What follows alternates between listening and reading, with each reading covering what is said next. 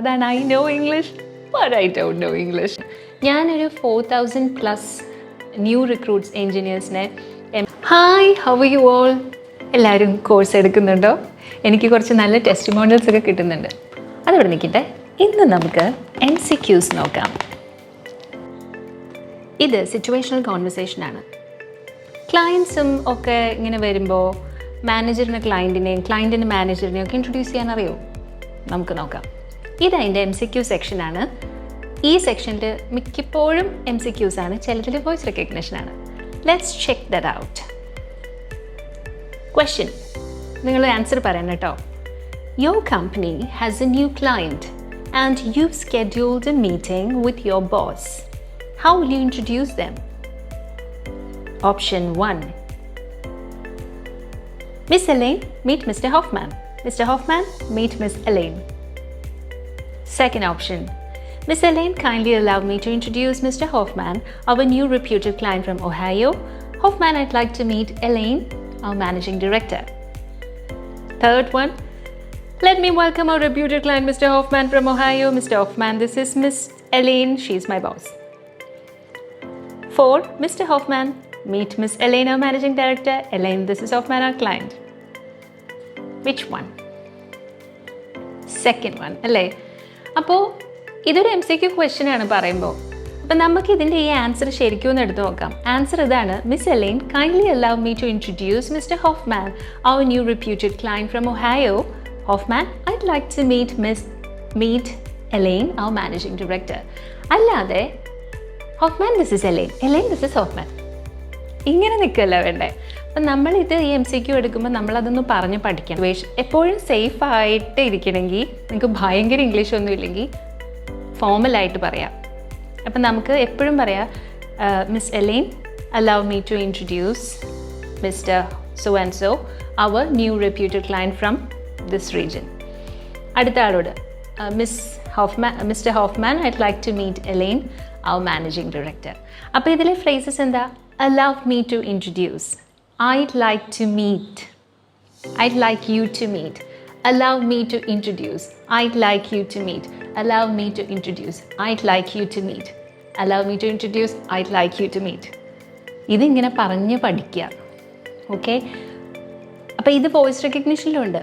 allow me to introduce, I'd like to meet.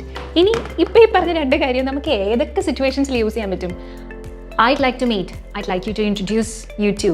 ഇതൊക്കെ നമുക്ക് real life സിറ്റുവേഷനിലും കുറേ പേര്, ഇപ്പം നമുക്ക് ഗസ്റ്റ് വീട്ടിൽ വരികയാണെങ്കിലും miss Elaine, I'd like you to introduce Mr. so and so who is so and so. മറ്റേ ആളോട്, mister Hoffman, I'd like to meet Mr. so and so who is this. I'd like to meet, allow me to introduce. കണ്ടോ, രണ്ട് phrase പഠിച്ചില്ലേ? നമ്മളിത് കാണാതെ പഠിക്കണം. അപ്പോൾ ഇതാണ് നമ്മുടെ വർക്ക് ആൻഡ് ലൈഫ് രണ്ടിനും ഉതകുന്ന ചില ഫ്രേസസ്. ഇങ്ങനത്തെ ടൺസ് ഓഫ് ഫ്രേസസ് നമ്മളിതിൽ കൈകാര്യം ചെയ്യുന്നുണ്ട്. ശരിക്കും ഈ കോഴ്സ് കംപ്ലീറ്റ് ചെയ്യാൻ 1 മാസമെങ്കിലും വേണം. 45 days, അപ്പോൾ 1 മാസം അല്ല, അതിൽ കൂടുതൽ വേണം. നെക്സ്റ്റ് ഇത് നമുക്ക് നോക്കാം. ഇത് രസാട്ടോ. Sarah runs into an old friend at the mall. How will she greet him? Option 1. Sam, oh my God, it's been years since we met. You have grown old. 2. Sam, is that you? Long time, buddy. How have you been? 3. Sam, how are you doing? Heard you got a new job? Sam, nice meeting you. Bye. ഒരാളെ നമ്മൾ കുറേ നാളുകൾക്ക് ശേഷം കാണുകയാണ്. ഇതെപ്പോഴുള്ള സിറ്റുവേഷനാണ്. ഓഫീസിലോ അതെ, real ലൈഫിലോ അതെ. എന്ത് പറയും? Sam, is that you? Long time, buddy. How have you been? Sam, is that you? ഇത് നീ തന്നെയാണോ? Long time, buddy. How have you been? പഠിച്ചു വയ്ക്കുക. Sam, long time no see എന്ന് പറയും. Long time. Where have you been? Long time. Sam, പേരെടുത്ത് പറയാം. Sam, അല്ലെങ്കിൽ ജോൺ, അല്ലെങ്കിൽ Aravind. Long time. Where have you been? Are you okay? കണ്ടോ? അപ്പോൾ ഇങ്ങനത്തെയൊക്കെ ഫ്രേസസ് നമ്മൾ കുറച്ച് പഠിച്ച് വയ്ക്കുക. അപ്പോൾ ഇതൊക്കെയാണ് നമ്മുടെ English for work and life എന്ന് പറഞ്ഞ ഈ ക്രാഷ് കോഴ്സിൽ. ക്രാഷ് കോഴ്സ് എന്ന് പറഞ്ഞാൽ അതൊരു ബ്രിഡ്ജ് കോഴ്സാണ്. നമുക്ക് ഇംഗ്ലീഷ് അറിയാം, പക്ഷേ നമുക്ക് ഇംഗ്ലീഷ് കൃത്യമായിട്ട് അങ്ങ് ഉപയോഗിക്കാൻ അറിയില്ല. അതാണ് I know English but I don't know English. അപ്പോൾ അത് ശരിയാക്കാനുള്ള കുറേ ഫ്രേസസും കാര്യങ്ങളുമാണ് നമ്മളിതിൽ മെയിനായിട്ട് ഡിസ്കസ് ചെയ്യുന്നത്.